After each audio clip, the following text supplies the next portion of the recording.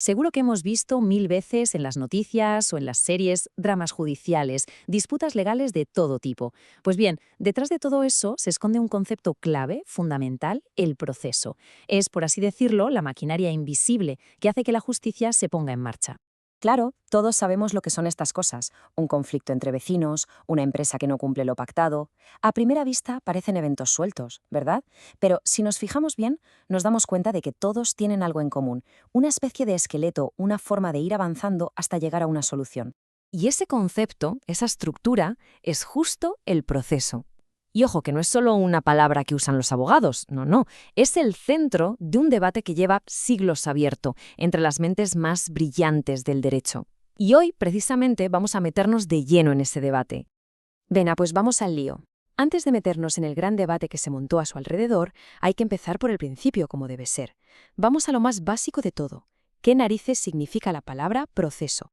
Pues mira, la palabra viene del latín, de processus, que no significa otra cosa que avanzar, progresar, ir hacia adelante. Es una idea que vemos en todas partes, ¿no? Una serie de pasos que están conectados y que nos llevan de un punto A un punto B. A ver, pensemos en algo súper sencillo, como hacer un bizcocho. ¿Es un proceso, a que sí? Primero reúnes los ingredientes, luego mezclas la masa, después lo metes al horno y ¡zas!, tienes un resultado. Cada paso necesita del anterior y te lleva al siguiente. Pues eso, en esencia, es un proceso. Vale, pues ahora cojamos esa idea tan simple del bizcocho y llevémosla al mundo del derecho. El proceso judicial es exactamente eso, un método con sus pasos, una secuencia de actos que permite que una tercera persona, que tiene que ser imparcial, el juez, resuelva un conflicto y llegue a una decisión. Es, digamos, la forma civilizada que hemos inventado para arreglar nuestras diferencias. Y aquí, justo aquí, es donde la cosa empieza a ponerse de verdad interesante. Porque vale, si todo el mundo está de acuerdo en que el proceso es un método, la pregunta del millón es, ¿para qué sirve exactamente? ¿Cuál es su objetivo final? Y es en este punto donde los grandes juristas se dividieron, creando dos bandos muy claros. A ver, por un lado tenemos lo que se llama la visión subjetiva. Para los que la defienden, el proceso existe para una sola cosa: solucionar el marrón concreto que tienen dos personas, lo que en el mundillo del derecho se llama la litis. Pero luego, en la otra esquina, está la visión objetiva, que dice: un momento, esto va mucho más allá. El propósito real es que el Estado haga cumplir la ley, es reafirmar cómo funcionan las reglas del juego para toda la sociedad. Uno de los grandes defensores de esta primera visión, la subjetiva, fue un jurista italiano importantísimo, Francesco Carneluti. Para él, lo que importaba era el conflicto entre las personas. El objetivo, según él, era traer la paz, darle una solución justa a ese problema en particular. Pero claro, no todos pensaban así. Su contemporáneo, otro peso pesado, Giuseppe Chiovenda, lo veía de una forma radicalmente distinta. Él decía que el interés de los individuos es secundario. Lo realmente crucial para Chiovenda es que el proceso sirve para actuar la ley, o sea, para asegurarse de que las normas se cumplen, sí o sí, sin importar tanto quién gane o pierda al final. Vale, ya hemos visto el debate sobre el propósito del proceso, pero claro, esta discusión llevó a otra pregunta, una que va todavía más al fondo del asunto. Si el proceso sirve al individuo o al Estado, ¿qué es en realidad? ¿Cuál es su verdadera naturaleza?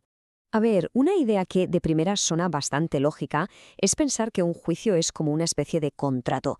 Imagina, dos personas no se ponen de acuerdo en algo y deciden, por voluntad propia, llevar su problema a un tercero, a un árbitro, que en este caso pues es un juez, para que decida.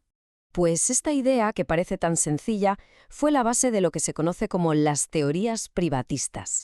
La más antigua de todas, la teoría del contrato, decía básicamente eso, que el proceso era un acuerdo voluntario. Luego se fue puliendo un poco con la teoría del cuasicontrato, que admitía que, bueno, a veces las partes no van al juicio de forma 100% voluntaria. Pero ¿qué pasa? Que estas teorías hacen aguas por todas partes.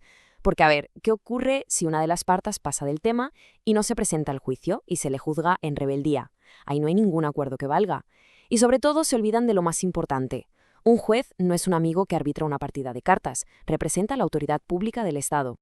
Y claro, como estas viejas teorías no funcionaban, esto dio paso a las doctrinas modernas, las publicistas, que le dieron una vuelta de tuerca completa a cómo entendemos el proceso. Para que nos hagamos una idea, la visión antigua, la de las teorías privatistas, era súper simple. Se imaginaban el proceso como una línea recta, una conexión que solo existía entre la parte A y la parte B.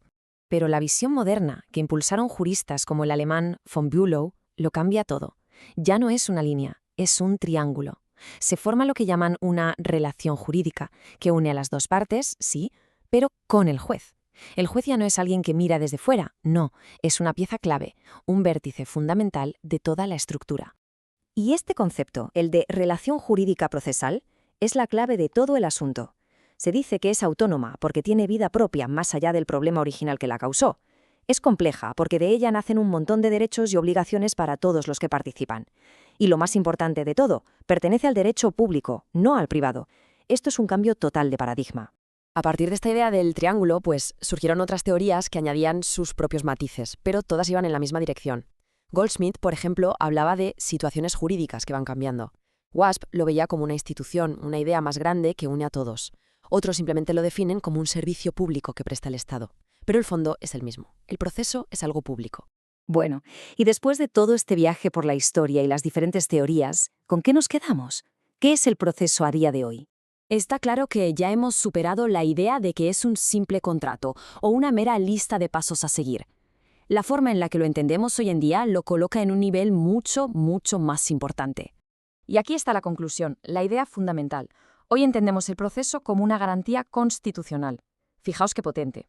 Es el mecanismo que nos asegura que a nadie se le pueden quitar sus derechos sin tener la oportunidad de defenderse en un debate justo.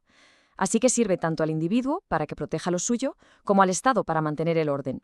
Es una entidad con vida propia que además tiene que ser flexible y evolucionar al mismo ritmo que la sociedad. Hay una frase muy buena del jurista Augusto Morello que lo resume perfectamente. Él decía que el proceso no es un fin en sí mismo. Su valor real se mide por si funciona o no.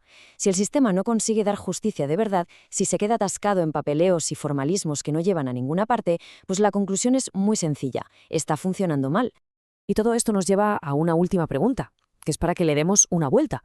Si el proceso es una garantía viva, algo que tiene que adaptarse, en un mundo como el de hoy, con inteligencia artificial, conflictos globales, nuevas formas de comunicarnos, ¿cómo tiene que cambiar para seguir siendo útil y eficaz? Porque, al final, la respuesta que le demos a esa pregunta es lo que va a definir la justicia del futuro.